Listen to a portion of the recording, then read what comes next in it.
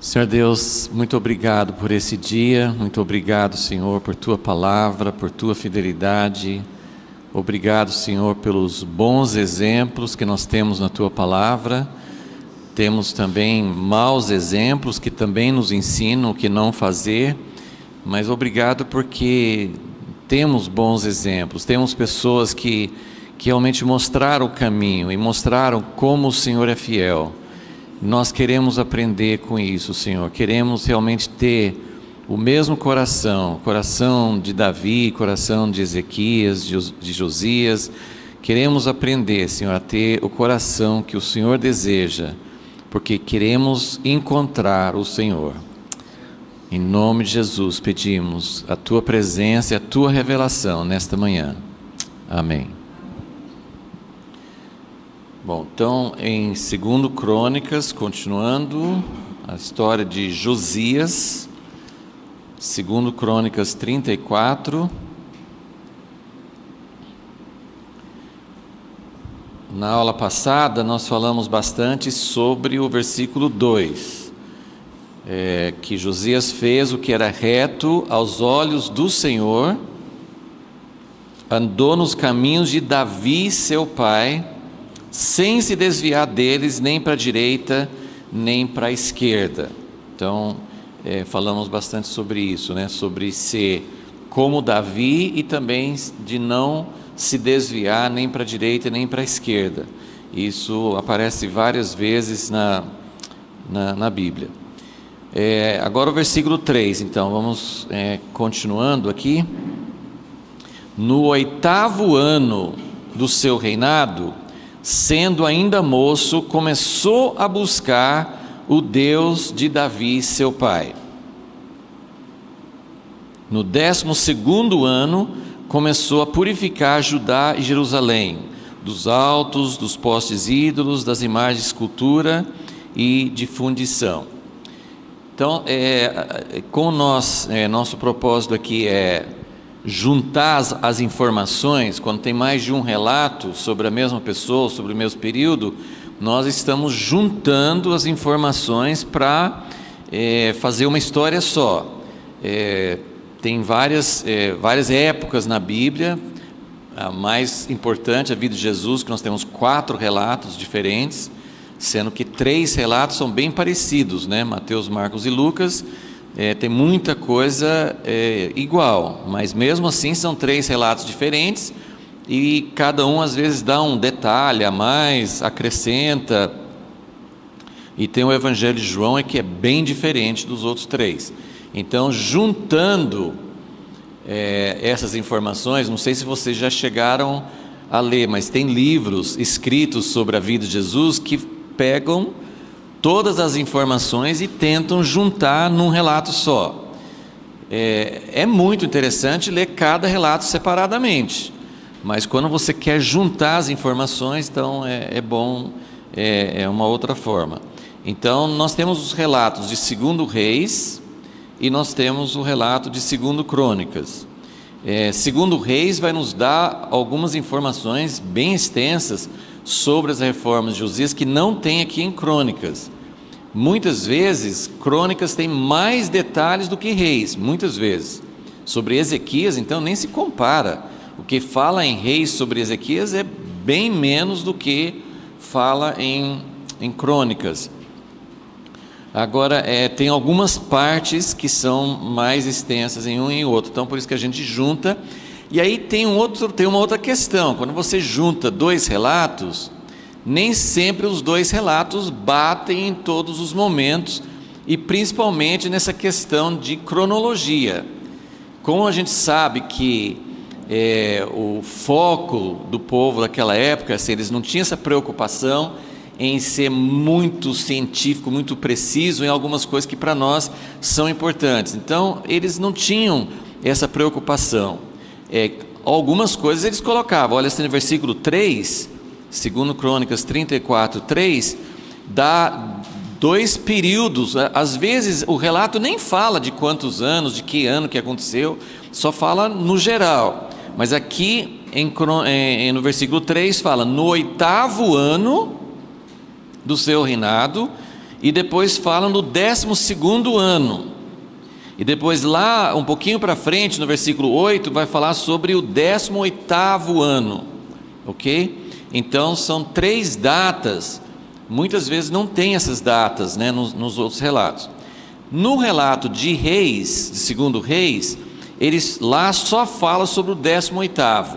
Então eu coloquei aqui só para a gente poder comparar, só para a gente ter uma visão. E não é só a questão assim que um fala as datas e o outro não fala. Tem um pouquinho de diferença na sequência, ok? Se você já leu sobre Josias, todo mundo assim tem geralmente na vida de alguém tem um fato que sobressai. Tem um fato assim, se você lembra de Josias, você deve lembrar do fato que chama mais atenção na vida de Josias, foi quando ele mandou reformar a casa de Deus. E quando eles estavam reformando, eles acharam o livro da lei. E era um negócio engraçado, porque o livro, tudo bem que o pai dele era mau, o avô dele era mau, mas é muito assim engraçado, assim, achamos o livro da lei, assim, onde que esse livro estava, né? E era uma coisa que chama muita atenção, porque quando ele achou o livro da lei, ele, na hora, assim, pelo relato, parece que assim, olha aqui, nós estávamos reformando o templo e achamos esse livro. E em seguida, pelo que a gente entende, na sequência ele já começa a ler ali, o homem que achou, começa a ler em voz alta para o rei ouvir. E pelo que a gente também deduz, que não fala exatamente o que ele leu lá, mas pela sequência que ele ficou muito preocupado, rasgou as vestes, ele deve ter lido ou Deuteronômio 28, que fala sobre todas as maldições que vêm quando não obedece à lei de Deus, ou Levítico, acho que é 26, que é meio semelhante, porque ele ficou preocupado, que lá em Deuteronômio fala assim, se fizer isso, se fizer isso, se fizer isso, e Josias ouviu e falou assim, nós fizemos tudo isso, nós fizemos tudo que está falando que não é para fazer. Aí ele, logo na sequência, eu estou falando isso aqui um pouquinho adiante, porque hoje a gente não vai entrar muito nessa história, mas é importante para você entender. Eu primeiro quero mostrar um pouquinho da sequência, e depois nós vamos falar sobre esse primeiro item, que é buscar o Senhor. Mas, de acordo com Crônicas, nessa sequência que a gente está lendo aqui, então, versículo 3, a primeira coisa que aconteceu com ele foi que ainda numa idade jovem, no 8º ano do reinado dele, quantos anos ele tinha? 16, porque ele começou a reinar com 8, né? Então 8 mais 8, 16.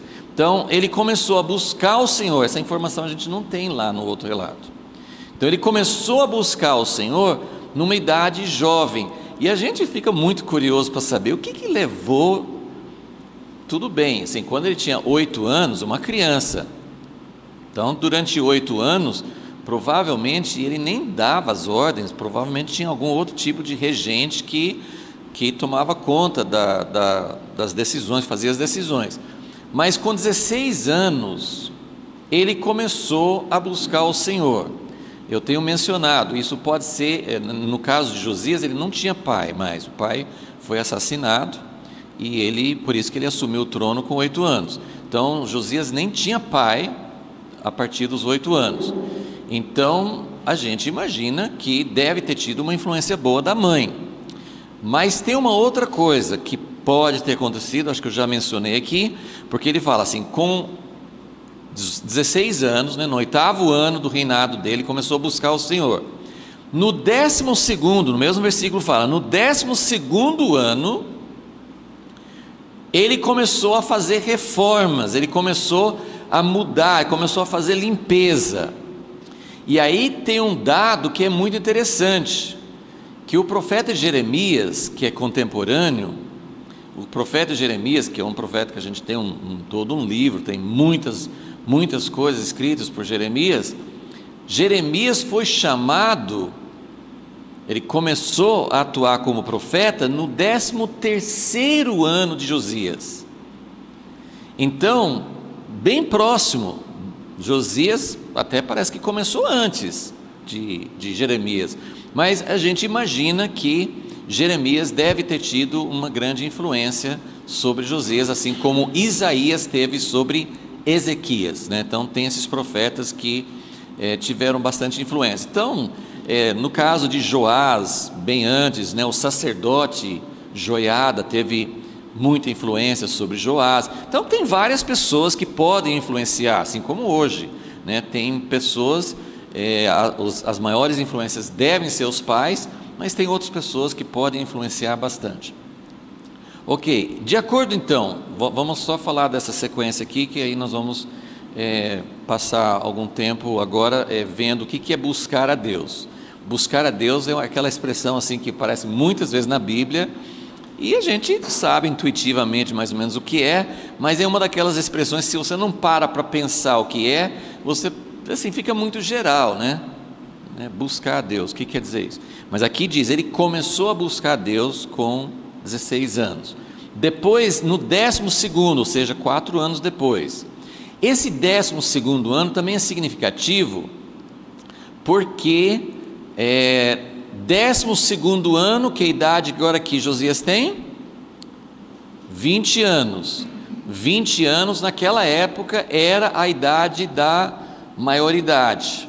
Provavelmente, porque 16 anos, ele já era uma pessoa mais consciente, ele começou a buscar a Deus, ele estava amadurecendo, mas a gente não sabe como é que funcionava essa questão, assim, quando que eles realmente entregaram as decisões para ele tomar. A gente não sabe, não tem dados sobre isso. Mas no 12º ano, ele começou a purificar Judá e Jerusalém, ou seja, 12º ano ele começou a fazer coisas, que coincide com a idade, 20 anos, quando era considerado adulto. Então realmente, a partir de 20 anos de idade, 12º ano, ele provavelmente recebeu o direito, agora você é adulto, agora você começa a ser rei de verdade. Então são significativos essas datas. Aí no 18º ano, versículo 8, no 18º ano, é que ele mandou reformar, consertar a casa de Deus, e foi aí que ele achou o livro da lei. Ok? Então, vamos só olhar essa ordem aqui. Então, de acordo com Crônicas, primeiro ele começou a buscar a Deus. É mais uma atitude de coração, né? O que ele fez para buscar a Deus? Era uma atitude de coração, oração, interesse, né? Depois, no 12º ano, ele começou a fazer alguma coisa prática. Se ele está buscando a Deus, ele não quer buscar outros ídolos. Então a primeira coisa que ele começa, e isso acontece com o rei Asa, acontece com várias outras pessoas, quando eles começam a querer realmente buscar a Deus, fazer a vontade de Deus, se a situação é uma situação de idolatria, de apostasia, de abandono de Deus, então não é simplesmente começar a buscar mais a Deus e deixar tudo o resto igual. Então isso acontece na nossa vida individual. Se a gente começa a buscar a Deus, com certeza vai ter coisas que Deus vai falar assim, tá, você está interessado, você quer, né, usando um exemplo assim bem, assim, uma coisa simples, né, se você é solteiro e você começa a namorar uma moça, você está interessado, você não começou a namorar ainda, você está interessado, mas você sai com várias moças, amizades e conversas, não sei o que. Se você realmente está sério com uma moça, o que você faz? Você abandona, não assim, não que você não possa ser amigo de ninguém, mas você vai abandonar aquele tipo de relacionamento, porque um relacionamento sério implica na exclusão de outros concorrentes, né? Você não precisa deixar de ter amizades, mas você vai ter, agora em relação a Deus é cortar mesmo, né? Em relação a Deus, comparando com a idolatria, você vai realmente tomar atitudes práticas. Então, primeiro ele começou a buscar Deus, depois ele começou a limpar tudo que o pai e o avô tinham feito lá. Depois, no 18º ano, então 8º ano, 12º ano, 18º ano, né? Se você quiser colocar na frente, essa é a sequência que nós temos em Crônicas. No 18º ano, ele já estava com 26 anos de idade. De acordo com essa sequência, a gente não sabe se ele fez isso o tempo todo, mas de acordo com essa sequência, ele ficou 6 anos fazendo limpeza, e mesmo assim tinha coisa para fazer ainda. Então ele tinha interesse em buscar Deus, ele começou a tirar as outras coisas, aquilo que concorre, aquilo que compete com o lugar de Deus no coração, e no caso dele assim da nação. E depois ele pensou, mas e a casa de Deus? A casa de Deus tem que mudar, está em decadência, está todo atrapalhado, está precisando de limpeza e de restauração. Então ele começou a restaurar. Se for ver, ele até demorou para fazer isso. Ezequias, por exemplo, começou a fazer essa reparação da casa de Deus no 1º ano, mas situações eram diferentes. E em quarto lugar, que isso aqui aconteceu logo em seguida, 3 e 4, eles acharam o livro da lei. De acordo, por que eu coloquei essa flecha aqui? Porque de acordo com o relato de 2 Reis 22,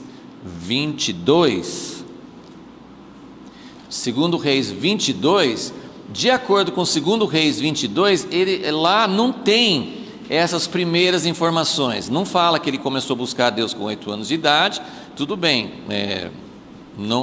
ou o autor não tinha essa informação, ou não colocou. Agora, essas outras duas coisas aconteceram lá em Reis, só que numa ordem inversa.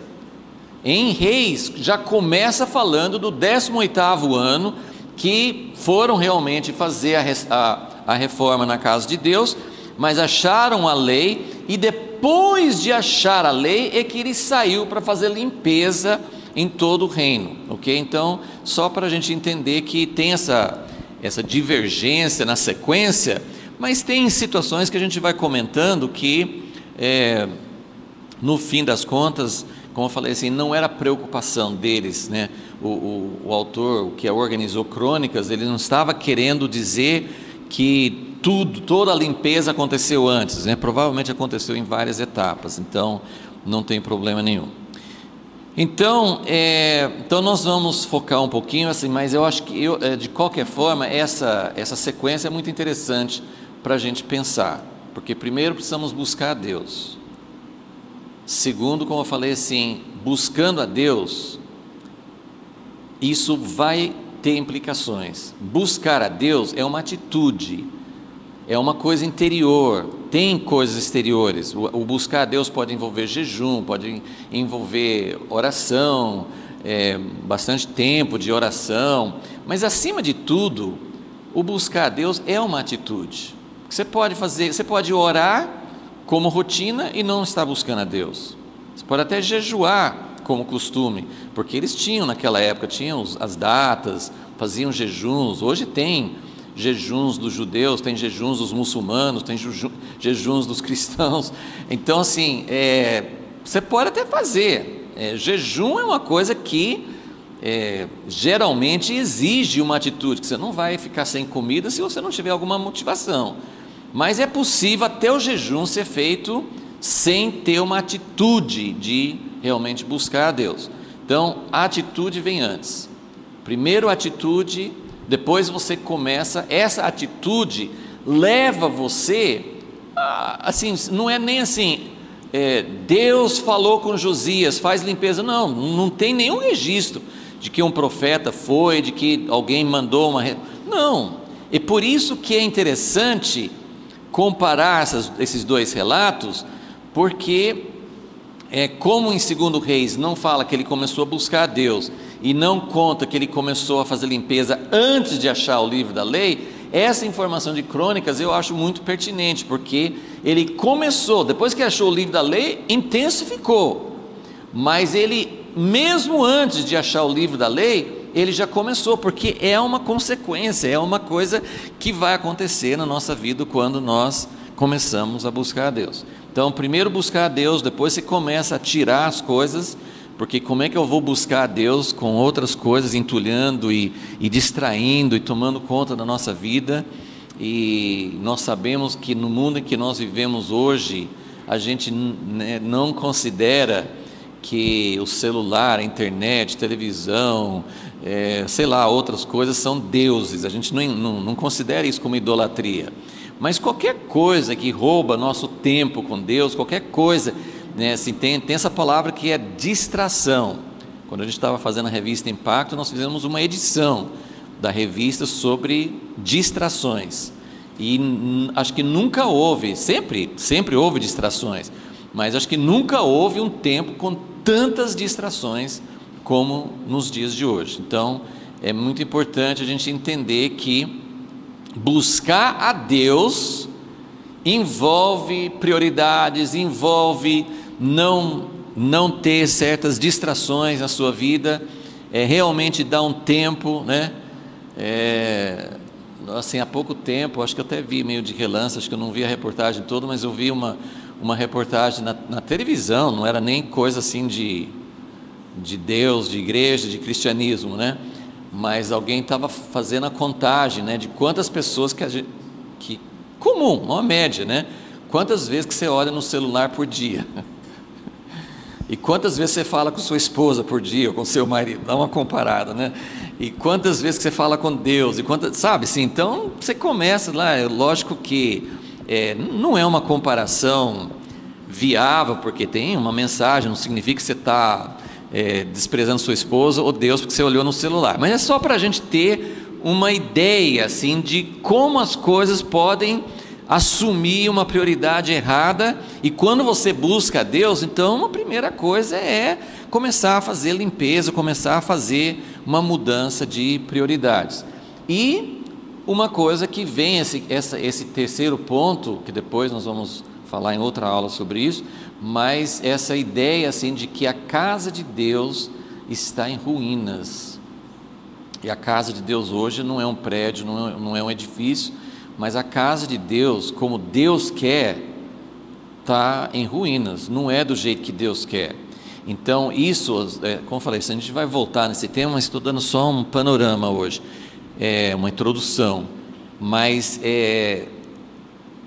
Josias começou a buscar a Deus, então algo começou a acontecer na vida dele. Ele era responsável, ele era o rei, ele era o governante, então ele começou a fazer as coisas não só para a vida dele, ele começou a fazer limpeza para a nação. E é isso que Deus quer que os líderes façam isso. Mas isso eu sempre falo, líder é pai, mãe, líder é todos os níveis, né, de liderança, onde você tem influência, você pode também levar isso a acontecer. Mas a casa de Deus precisa ser restaurada, porque no Velho Testamento, isso tem um significado hoje. No Velho Testamento, Deus podia mandar um profeta, Deus podia revelar, Deus podia dar um sonho, Deus podia fazer coisas individuais, mas o padrão que Deus deu para Moisés faça o tabernáculo, tem o átrio, tem o lugar santo, mas tem o lugar santíssimo, é ali que eu vou falar com você, com vocês, né? Com a nação. Então existe algo que precisa acontecer na casa de Deus, que é maior do que eu e minha família, é maior do que a minha congregação, é maior do que a minha cidade. A casa de Deus tem aquela conotação da igreja como um todo, e a casa de Deus é onde Deus vai falar, e Ele vai falar de uma maneira diferente, muito mais ampla, muito mais completa na casa dele do que comigo pessoalmente. Então tem esses estágios, acho que é bem legal a gente ver isso, ok? Então agora nós vamos falar um pouquinho sobre o que é buscar a Deus. Obviamente vou só riscar um pouquinho a superfície, né? Porque buscar a Deus é um tema da Bíblia. Eu não contei quantas vezes tem, mas fala muitas e muitas vezes na Bíblia, né, sobre buscar a Deus. Mas nós vamos ler algumas passagens e procurar ver assim se Deus pode nos mostrar alguma coisa mais sobre o que é buscar a Deus. E evidentemente eu vou começar no livro de Salmos, porque tem nos Salmos, né? São orações, são cânticos, tem muitos lugares que falam sobre isso. Então vamos ver, Salmo 63,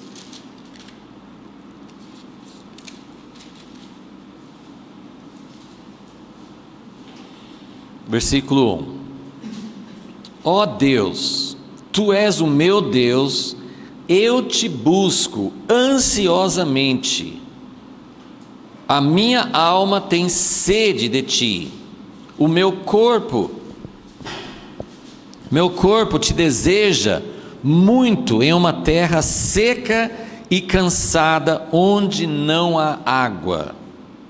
Contemplei-te no Teu santuário e vi o Teu poder e a Tua glória. Aqui também ele já coloca essa dimensão de Deus se revelar no santuário, que é mais completo. Mas a ideia é ver como que essa palavra é associada, né? É associada assim a ter um desejo intenso, tá? Buscar a Deus é ter um desejo intenso. Buscar a Deus, porque como eu falei, você pode fazer todas as atividades religiosas sem buscar a Deus. É possível, né? Você pode fazer tudo, você pode ter suas devoções, você pode ter participação em cultos, você pode até, como eu falei, até jejuar e não estar realmente buscando a Deus, porque buscar a Deus implica em ter esse desejo. E ele compara com sede, que nós, se não passamos por uma privação muito forte, eu considero, assim, lógico que a gente tem vários estágios de sede. Você pode ter um pouquinho de sede porque você passou 2 horas sem tomar água. Você pode ter muita sede se você passou 6 horas. E se você está no sol, trabalhando, exercitando, suando, né? Então a sede vem mais rápido, enfim. Mas a gente não sabe muito o que é sede. A gente não sabe muito o que é fome. Porque começou a ter um pouquinho de fome, a gente come, né? Então a gente não sabe. Jejuar dá para ter um pouquinho de. Se você ficou um dia sem comer, mas você já ficou 2 dias, já ficou 3 dias. Então, não sei se você sabe, o corpo humano, né, tem pessoas, Jesus fez, Moisés fez, 40 dias sem comer, mas ninguém, a não ser por milagre, que eu acho que foi o caso de Moisés, que Moisés ficou 40 dias sem comer e sem beber. Isso é sobrenatural. Você não consegue ficar mais do que uns 6 ou 7 dias, dependendo do seu estado de saúde, sem tomar água. E quem passou um tempo assim, fala que a sede é muito, muito pior do que a fome, né?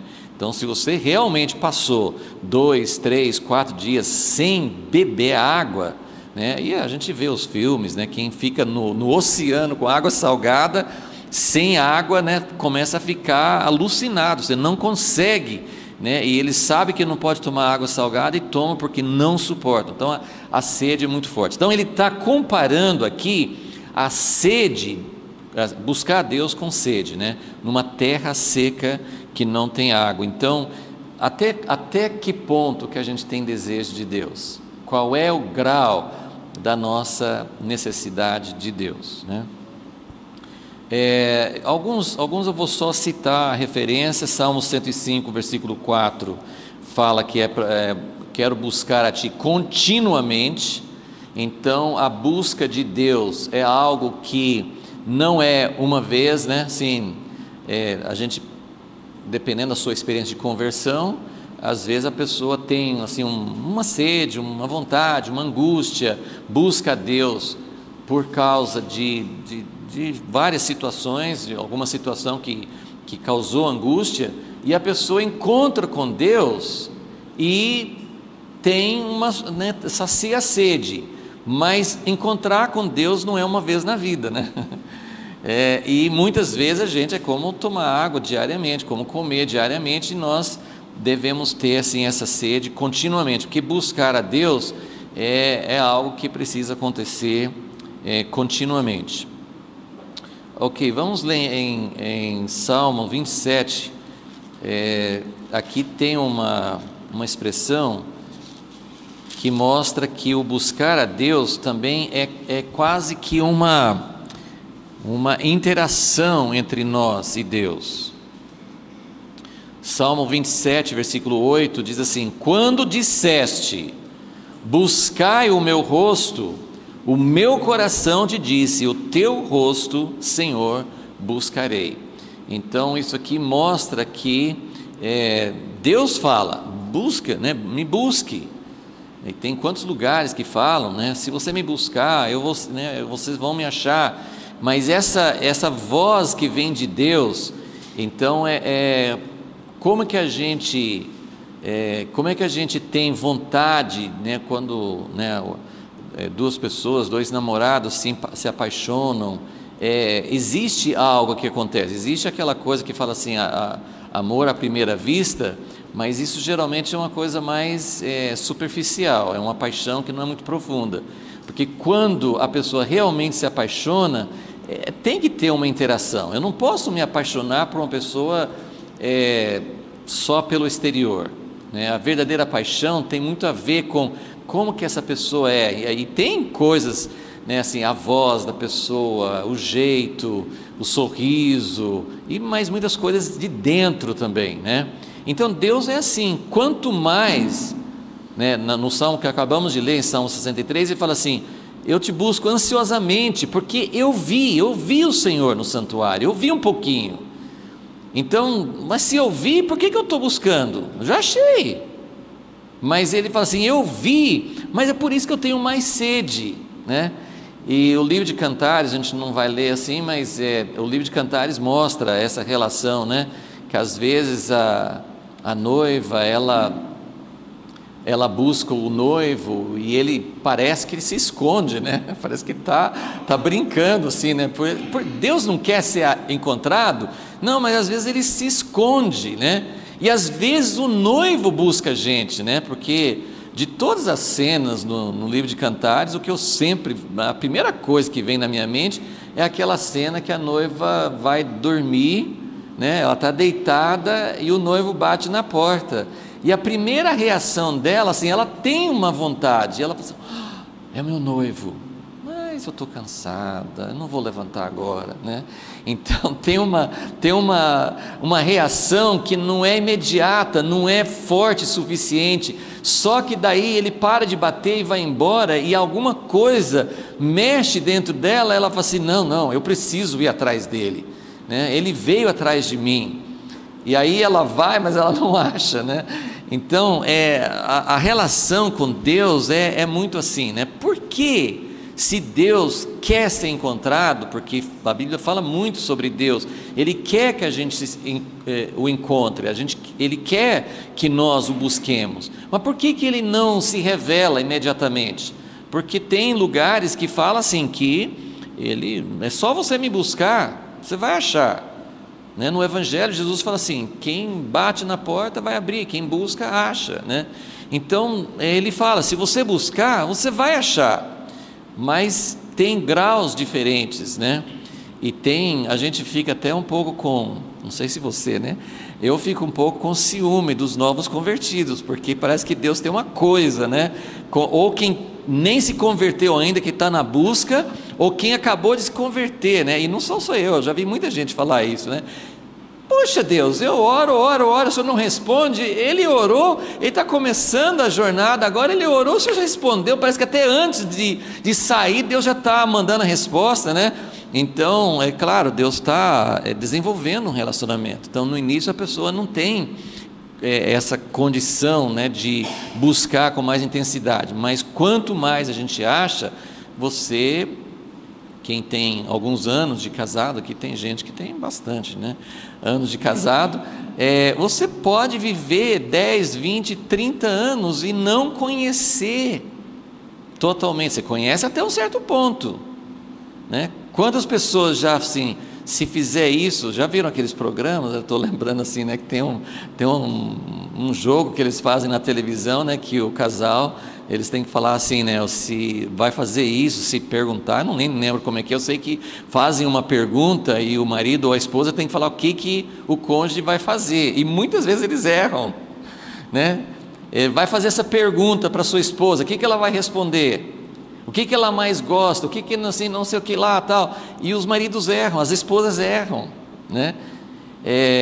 Porque é vivo, né? Assim, o que você sabe de, sei lá, assim, a gente reage de formas diferentes, né? Se perguntar para você hoje uma coisa, você responde de um jeito, se perguntar em outro momento ou um pouco depois, é diferente. Então tem essa coisa, Deus não muda, mas é muito interessante como a gente pode conhecer mais profundamente. Então, mas quanto mais a gente conhece a Deus, mais a gente tem vontade de conhecer.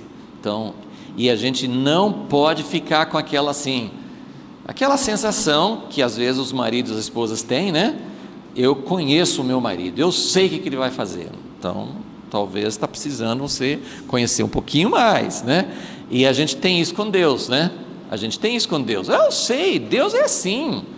Deus, eu tenho certeza. Deus, se fizer assim, Deus faz.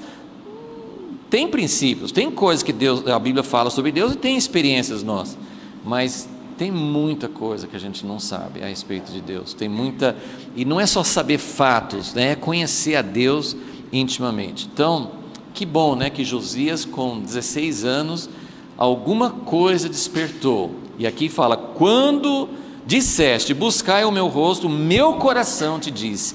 Então, essa é a interação que precisa ter entre nós e Deus. Quando Deus fala assim: me busque mais, você não me conhece ainda. Não tem esses momentos na nossa vida que a gente sente assim: puxa Deus, eu me sinto como se eu nem conhecesse o Senhor ainda. Parece que tem tanto mais. Às vezes a gente vê outra pessoa, sei lá, ou vê uma situação que a gente sente: Deus, eu ainda não te conheço, né? Então, mas que o nosso coração possa ter isso. Isaías 55,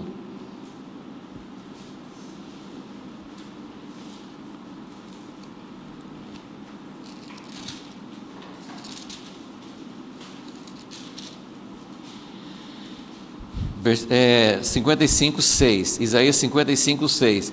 Buscai ao Senhor enquanto se pode achar, invocai-o enquanto está perto.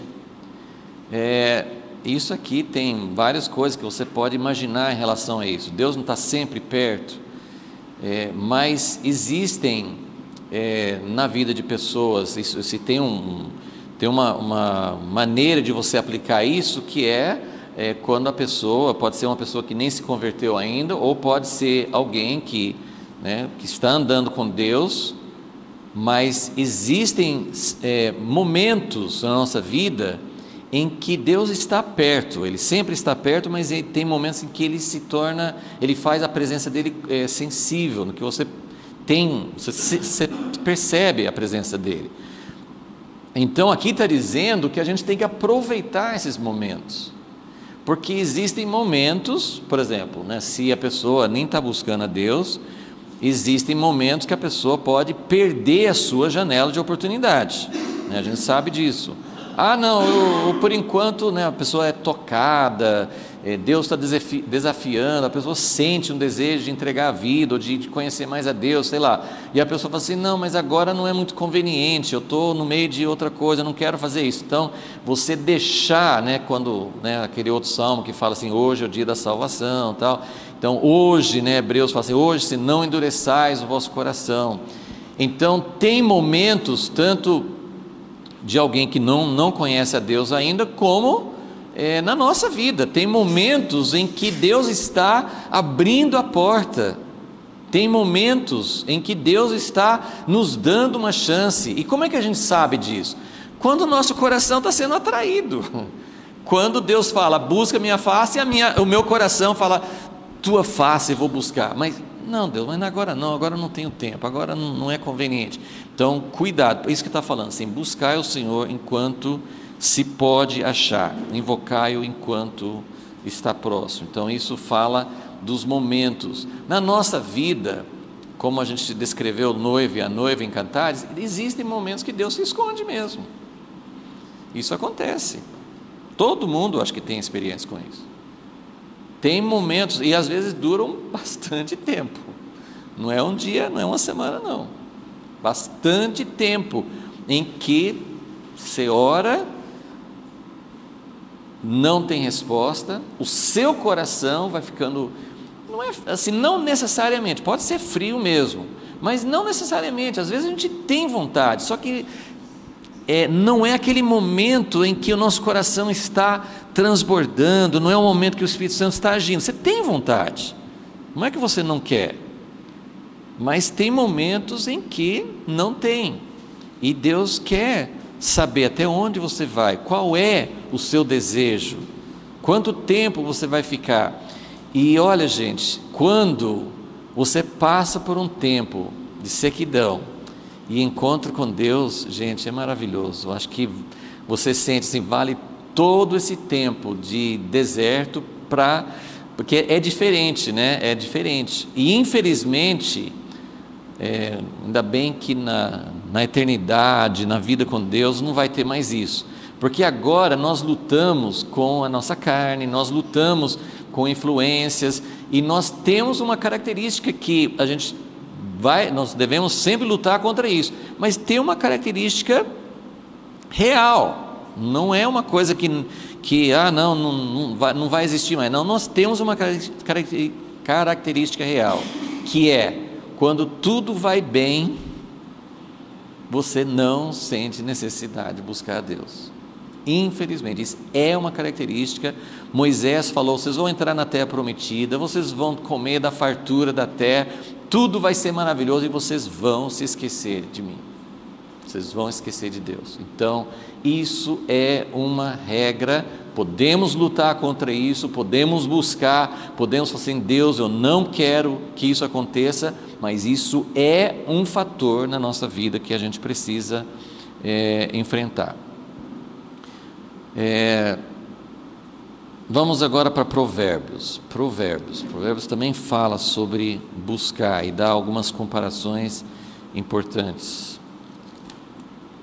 Provérbios 2.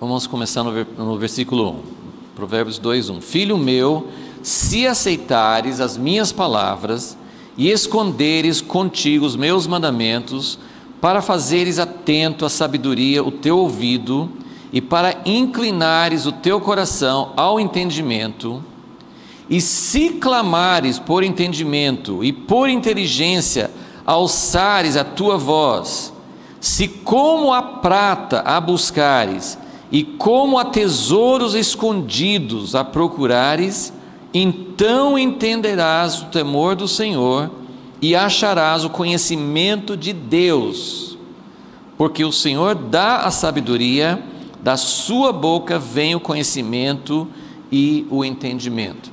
Então, aí tem mais de um lugar em Provérbios que fala isso, nós vamos ler depois também, então vamos só ler mais aqui já em seguida, capítulo 8,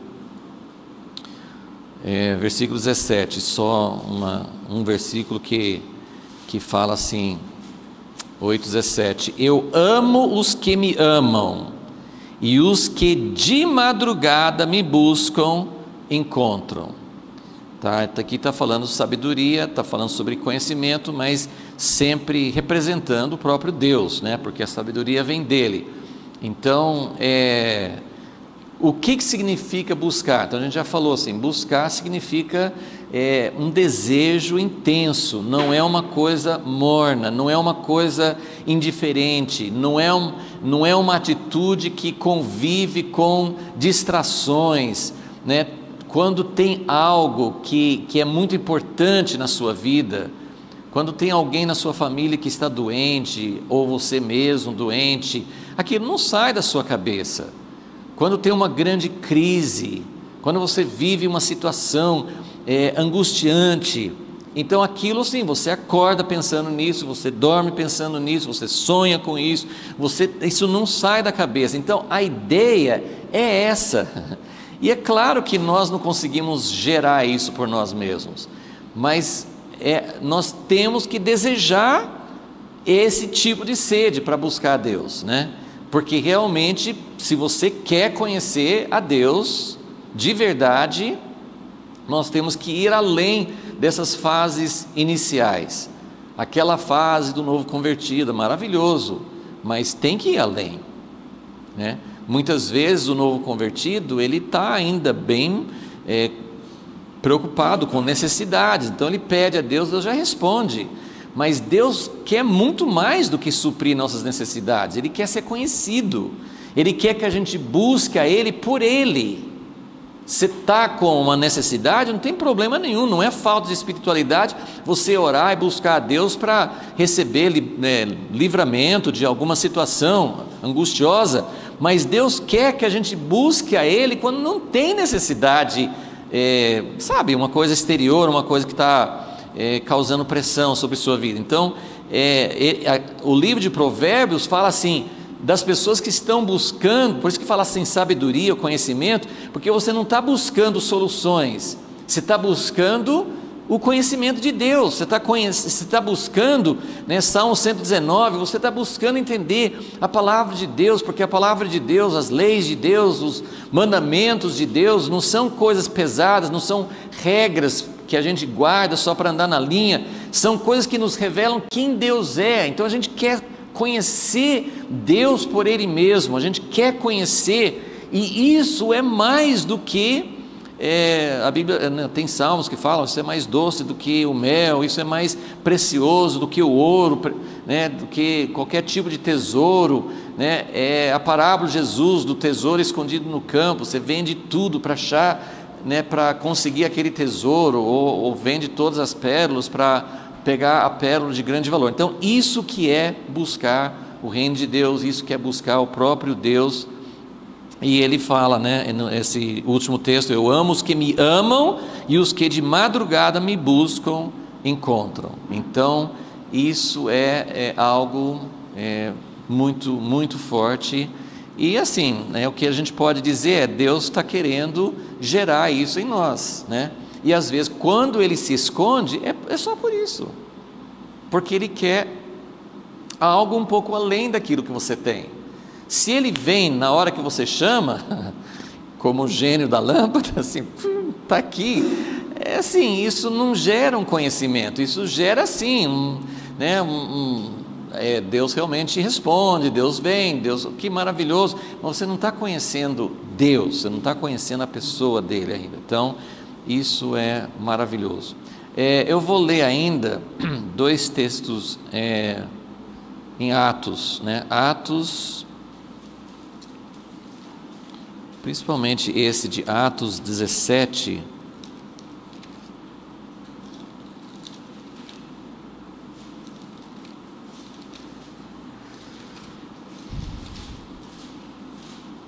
Paulo foi para Atenas, e ele viu lá um altar que estava escrito, Atos 17, 23, fala, pois passando eu e vendo os vossos santuários, achei também um altar em que estava escrito, ao Deus desconhecido.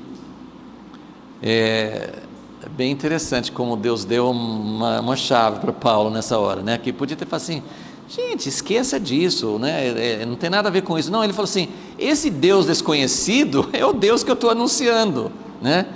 É claro que tem que saber como fazer isso, né? Não estou dizendo que isso é sempre, tem que ser pelo Espírito Santo, mas em alguns casos, se você for falar com um muçulmano, é possível falar, esse Alá que vocês adoram, que tem um sentido que as pessoas falam assim, Alá não é Deus, porque descreve Deus de uma forma diferente, mas tem muitas pessoas, muitos muçulmanos, que têm um coração para Deus. Tanto é que, gente, eu nunca vi tantos testemunhos de pessoas com sonhos, visões. É uma coisa que tem acontecido, tem centenas, milhares de testemunhos assim. Deus se revelando, e Ele se revela como o Deus que eles falavam o nome, mas não sabiam quem era. Então é possível isso, né?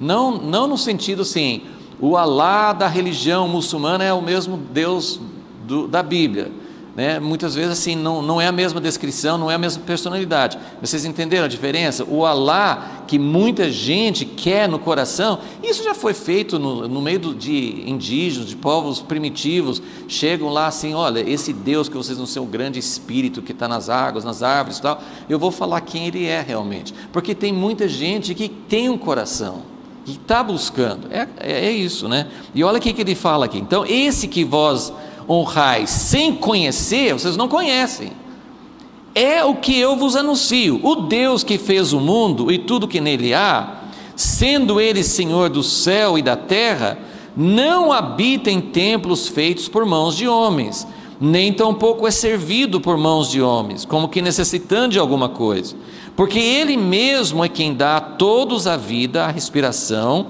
e todas as coisas. De um só fez todas as nações dos homens para habitarem sobre toda a face da terra, determinando-lhes os tempos já dantes ordenados e os limites da sua habitação. Então ele começa descrevendo esse Deus que é criador, não só o Deus que apertou algum botão na época do Big Bang, mas é um Deus que acompanha, que é um Deus que dá respiração, é o Deus que controla as coisas, é o Deus, assim, ele começa a descrever. Agora o versículo 27, olha só o que ele fala aqui: Deus fez isto. Deus fez o quê? Tudo que ele descreveu antes. Deus criou, Deus dá respiração, Deus providencia, Deus fez todas essas coisas para que o buscassem. Para que o buscassem. E olha só como, eu achei que esse versículo descreve principalmente a primeira busca das pessoas, que elas não sabem nem como buscar. Às vezes eu já vi gente falando assim, quando começa a conversar com alguém que está buscando, que está interessado em Deus, a pessoa fala assim, fala com o que ainda não se converteu, né, está buscando: busca Deus, Deus vai se revelar a você. E eu fico pensando: gente, mas como é difícil, né? A pessoa não tem conhecimento nenhum, busca Deus. Mas aqui está dizendo isso. Claro que Deus vai usar pessoas, mas muitas e muitas vezes Deus tem se revelado a pessoas soberanamente, porque Ele está querendo isso, para que o buscassem, e talvez tateando. O que você imagina nessa descrição? O que é tatear? É uma pessoa que está no escuro, né? Então eu quero achar o interruptor, né? Eu quero achar o interruptor. Aqui está escuro, não consigo enxergar nada. Então eu começo a tatear. Buscar Deus é assim. Você não sabe onde Ele está, você não sabe como buscar, mas para que, talvez tateando, o pudessem achar, ainda que não está longe. Parece tão difícil, e isso mesmo naqueles momentos que eu falei, que parece que Deus está longe, Ele não está longe. E eu acho que se a gente pudesse realmente se agarrar a isso, eu sei que eu já passei por momentos de muita escuridão, de muita distância de Deus, e assim a gente não consegue crer em nada, confiar em nada, assim, parece que realmente, né, lógico que não é como Jesus, mas é tipo assim: Deus meu, por que me abandonaste, né? Mas se a gente pudesse pensar: Ele está aqui perto, está no escuro, Ele está aqui do lado, mas eu estou andando na direção errada, Ele está bem aqui, mas Ele está perto, Ele está perto, ainda que não está longe de cada um de nós. E depois, voltando para o capítulo 15, Atos 15, versículo 15: e com isto concordam as palavras dos profetas, como está escrito: depois disto voltarei, reedificarei o tabernáculo de Davi que está caído, levantá-lo-ei das suas ruínas e tornarei a edificá-lo, para que, versículo 17, para que o restante dos homens. O que é o restante dos homens? Ele está falando que vai reedificar o templo, o tabernáculo de Davi, então ele está falando sobre Israel. E para que o restante dos homens, ou seja, as nações, os outros povos, para que o restante dos homens busque ao Senhor, sim, todos os gentios sobre os quais o meu nome é invocado, diz o Senhor que faz todas essas coisas, que são conhecidas desde toda a eternidade. Então, esse é o desafio. Nós não sabemos o que Josias fez. Então, só voltando aqui, Josias com 16 anos, alguma coisa despertou, ou ele começou a buscar, a gente não sabe. Esse buscar de Deus é algo que Deus planta dentro de nós, mas nós precisamos corresponder, né? Então, também só vou dar o texto, fala em 2 Crônicas 17:4, que Josafá, um outro rei que buscou a Deus, Josafá dispôs o coração. Isso tem vários lugares que fala isso, que você dispõe o coração para buscar a Deus. Então, mesmo que a gente não tenha toda essa intensidade, mesmo que a gente tenha essa luta contra a nossa carne, mesmo que a gente tenha distrações, mesmo que a gente sinta que Deus não está atendendo, então a gente perde um pouco da motivação. Nem sei, parece que não adianta muito buscar a Deus. Houve uma época em que eu orava e sentia a presença de Deus, agora não sinto. Então tem muitas coisas que mexem com a nossa motivação de buscar a Deus, mas Deus quer que nós disponhamos o coração, e realmente eu lembrei de um outro texto que eu acho que é bom a gente ler, Deuteronômio 4, ele fala sobre a época em que o povo de Israel vai ser espalhado entre as nações. Deuteronômio 4:27 fala: o Senhor vos espalhará entre os povos, de vós só restará um pequeno número entre as nações, as quais o Senhor vos conduzirá. Ali servireis a deuses feitos por mãos humanas. O que ele está dizendo? Assim, que o povo, quando a gente não busca Deus, quando a gente confia em outras coisas, quando a gente não está realmente expondo o coração, isso é idolatria. Quando a gente confia em outras coisas, quando a gente não depende de Deus, quando a gente não sente necessidade de Deus. Então ele falou assim: olha, aqui tem a medida extrema assim, de pôr entre as nações, mas esses desertos que vêm na nossa vida nem sempre é por causa disso. Mas o que eu quero dizer assim, é quando a gente confia em outras coisas, às vezes Deus se afasta e fala assim: você acha que não precisa de mim? Então eu vou deixar vocês realmente. Ali vocês vão, versículo 28, vocês vão servir a deuses feitos por mãos humanas, de madeira e de pedra, que não veem, nem ouvem, nem comem, nem cheiram. Ou seja, você pode clamar, eles não vão responder. E é isso que acontece quando a gente está no deserto. Mas aí ele fala, versículo 29, então dali buscarás ao Senhor teu Deus, e o acharás quando buscares de todo o teu coração e de toda a tua alma, quando estiveres em angústia. Então vocês vão se voltar para Deus e ouvirás a sua voz. Então, muitas vezes, Deus tem muitas razões, não dá para a gente sempre dizer que todo deserto na nossa vida porque a gente estava afastado de Deus ou não confiando nele, mas os desertos na nossa vida existem para isso, para a gente aprender a sentir necessidade de Deus e realmente buscar o Senhor. Então, que nós possamos aproveitar os momentos de oportunidade, possamos entender os caminhos de Deus, e quando buscar a Deus, Deus vai começar a nos levar depois para as outras etapas. Então, a partir da semana que vem, a gente vai começar a ver as outras coisas que aconteceram como resposta, como consequência. Senhor Deus, nós queremos falar junto com o salmista: ó Deus, eu te busco ansiosamente. Mas realmente, sendo sincero na tua presença, nós precisamos confessar que não temos buscado a ti, mas queremos dispor o nosso coração, queremos realmente que o Senhor seja, ó Deus, o objetivo, o objeto do nosso desejo, do nosso clamor. Queremos buscar a Ti por Ti mesmo, queremos Te conhecer, porque não existe nada, como dizem Provérbios, não tem ouro, não tem prata, não tem tesouros, não tem realizações, não tem nada que possa nos satisfazer como conhecer a Ti.